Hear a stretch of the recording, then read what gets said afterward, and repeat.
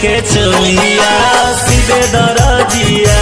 मोरा छतिया जग के चोलिया सीधे दरजिया गिरडी बजरिया से अइल है दरजिया सीधे दरजिया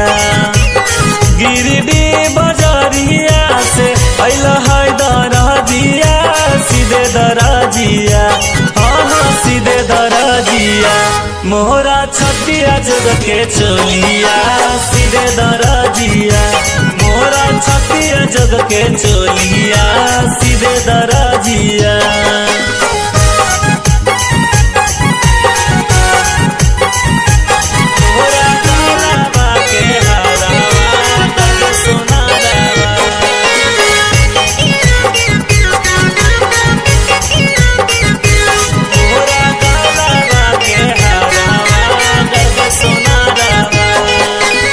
मधुपुर बजरिया से अइल है सोनारावा गर्द सोनारावा मधुपुर बजरिया से अइल है सोनारावा गर्द सोनारावा हाँ गर्द सोनारावा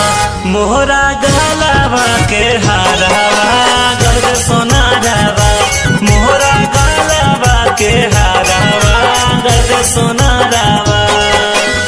मधुपुर बजरिया से अइल है सोनारावा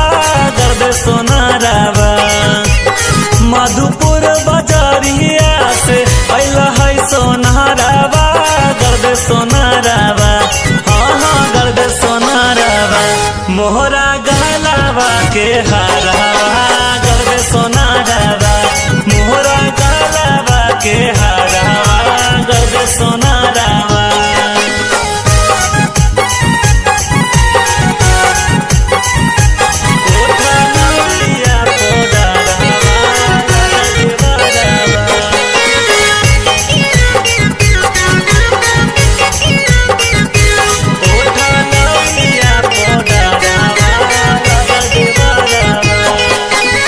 देवघर बजरिया से मोती लागल सहरिया लगा देवरवा देवघर बजरिया से मोती लागल सहरिया लगा देवरवा हाँ लगा देवरवा कोठ लालिया पोडरवा लगा देवरवा कोठ लालिया पोडरवा लगा देवरवा देवघर बजरिया से मोती लागल सहरिया लगा देवरवा देवघर बजरिया से मोती लागल सहरिया लगा देवरवा हाँ लगा देवरवा